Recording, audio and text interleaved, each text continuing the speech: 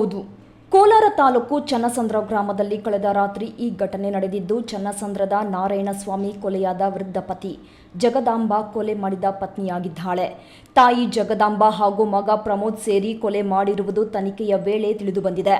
ಇನ್ನು ಊಟದಲ್ಲಿ 10 ನಿದ್ರೆ ಮಾತ್ರೆ ಹಾಕಿರುವ ತಾಯಿ ಮಗ ಬಳಿಕ ನಿದ್ರೆಗೆ ಜಾರುತ್ತಿದ್ದಂತೆ ಹಗ್ಗದಿಂದ ಕುತ್ತಿಗೆ ಬಿಗಿದು ಕೊಲೆ ಮಾಡಿ ಹೈ ಡ್ರಾಮಾ ಸೃಷ್ಟಿಸಿದ್ದಾರೆ. ತಾನೇ ಸಂಪಾದನೆ ಮಾಡಿರುವ 1 ಎಕರೆ ಜಮೀನನ್ನ ಸುಮಾರು 2 ಕೋಟಿಗೆ ಮಾರಾಟ ಮಾಡಿದ್ದ. ಆದರೆ ಮಗ ಹಾಗೂ ಪತ್ನಿಗೆ ಕೊಟ್ಟಿಲ್ಲ ಅನ್ನೋ ಕಾರಣಕ್ಕೆ ಜೊತೆಗೆ ಇರುವ ಜಮೀನನ್ನು ಮಾರಾಟ ಮಾಡುತ್ತಿದ್ದಾನೆಂದು ಕೊಲೆ ಮಾಡಿದ್ದಾರೆ.